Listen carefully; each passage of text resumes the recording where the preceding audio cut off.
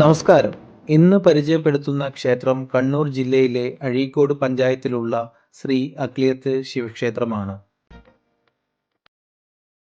സാധാരണ ശിവക്ഷേത്രങ്ങളിൽ ലിംഗപ്രതിഷ്ഠയാണ്.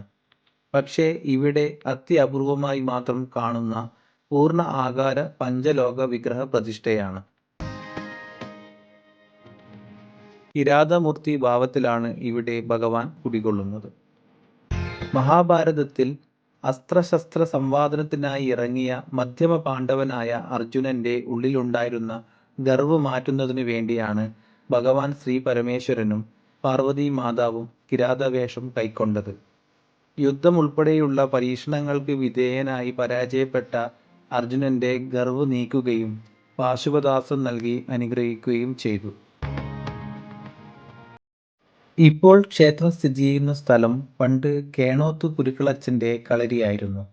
ഇവിടെ കളരി ഭഗവതിയായിരുന്നു ആദ്യം ഉണ്ടായിരുന്നത്. ക്ഷേത്രത്തിന്റെ ഐതിഹ്യവുമായി പയ്യാവൂരുള്ള വയത്തൂർ കാളിയ ക്ഷേത്രത്തിന് ബന്ധമുണ്ട്. കേണോത്ത് ഗുരുക്കളച്ചനും നമ്പൂതിരിയും കൂടി വയത്തൂർ കാളിയ ക്ഷേത്രത്തിൽ ഊട്ടുത്സവം കാണാൻ പോകുന്നത് പതിവാണ്. ഓലക്കുടയും ചൂടി കാൽനടയായി ദിവസങ്ങളോളം എടുത്താണ് ഊട്ടുത്സവത്തിന് പോയി വരാറ്.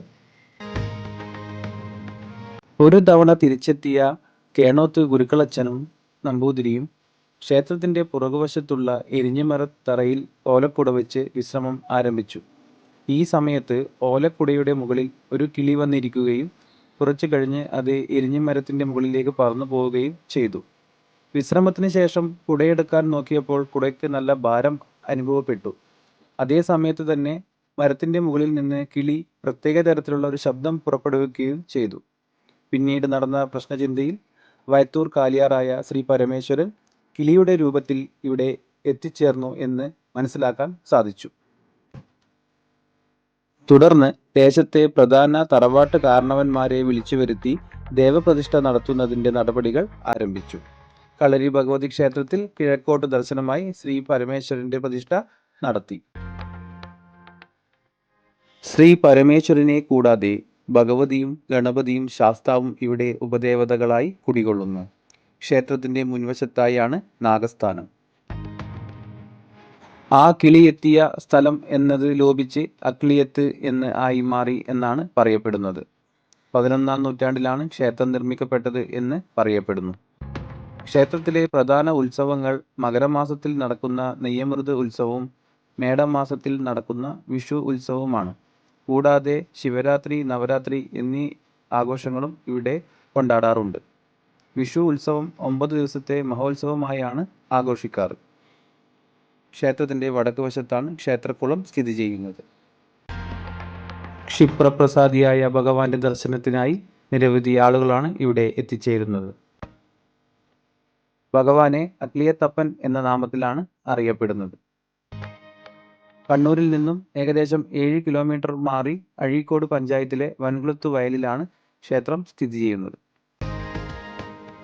ഉത്സവകാലങ്ങളിൽ ക്ഷേത്രകലകളായ ഓട്ടൻതുള്ളൽ, ചാക്യാർകൂത്ത് തുടങ്ങിയവ ഇവിടെ കെട്ടിയാടാറുണ്ട്. മറ്റ് ക്ഷേത്ര ഉത്സവങ്ങളിൽ നിന്ന് വ്യത്യസ്തമായി ഒരു ചടങ്ങ് ഇവിടെയുണ്ട്. എല്ലാ ക്ഷേത്രങ്ങളിലും ആറാട്ടോടുകൂടി ഉത്സവം അവസാനിക്കാറാണ് പതിവ്. പക്ഷേ ഇവിടെ ആറാട്ട് കഴിഞ്ഞും ഒരു ചടങ്ങുണ്ട്. അടുത്ത വർഷത്തേക്കുള്ള ഉത്സവത്തിന്റെ ആരംഭം കുറിച്ചുള്ള ചടങ്ങ്. അതാണ് ഓലാനടക്കൽ എഴുന്നള്ളത്ത്. വിഷു ഉത്സവത്തിന്റെ അവസാന നാളിൽ നടത്തിവരുന്ന ആറാട്ട് സദ്യ ഏറെ പ്രസിദ്ധമാണ്. ഈ സദ്യ കഴിക്കുവാനായി ആയിരക്കണക്കിന് ആളുകളാണ് ഇവിടെ എത്തിച്ചേരാറ്. എൻ്റെ ചാനൽ ഇതുവരെ സബ്സ്ക്രൈബ് ചെയ്യാത്തവരുണ്ടെങ്കിൽ സബ്സ്ക്രൈബ് ചെയ്ത് സപ്പോർട്ട് ചെയ്യാൻ മറക്കല്ലേ. മറ്റൊരു ക്ഷേത്രത്തിൻ്റെ വിശേഷവുമായി വീണ്ടും കാണാം. നന്ദി, നമസ്കാരം.